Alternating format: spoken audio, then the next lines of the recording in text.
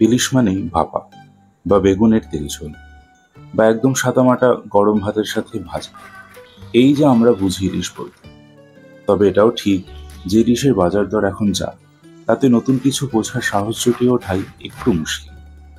কিন্তু একটু ভেবে দেখলেই বুঝবে, ইলিশের মাথা দিয়ে কচুর শাক যদি বাঙালির এত প্রিয় হয়, তাহলে chances are Bangali will love this recipe also.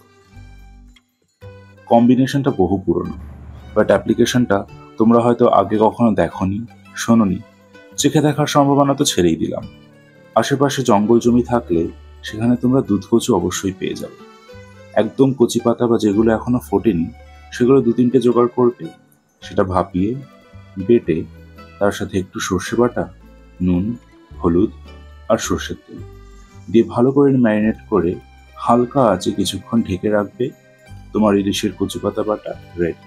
Seriously, এতটাই সহজ। আর এই রান্নাটার সব থেকে বড় অ্যাডভান্টেজ হলো, তুমি ম্যারিনেটটা আগের দিন রেডি করে রাখতে পারো। চাইলে 2টো কাঁচা লঙ্কাও দিয়ে দিতে পারো। পরের দিন লাঞ্চ করতে বসবে, যতক্ষণ টেবিল গোছাচ্ছ ততক্ষণ এটা সিমারে দিয়ে রাখবে। 10 মিনিটের মধ্যে গরম গরম রেডি।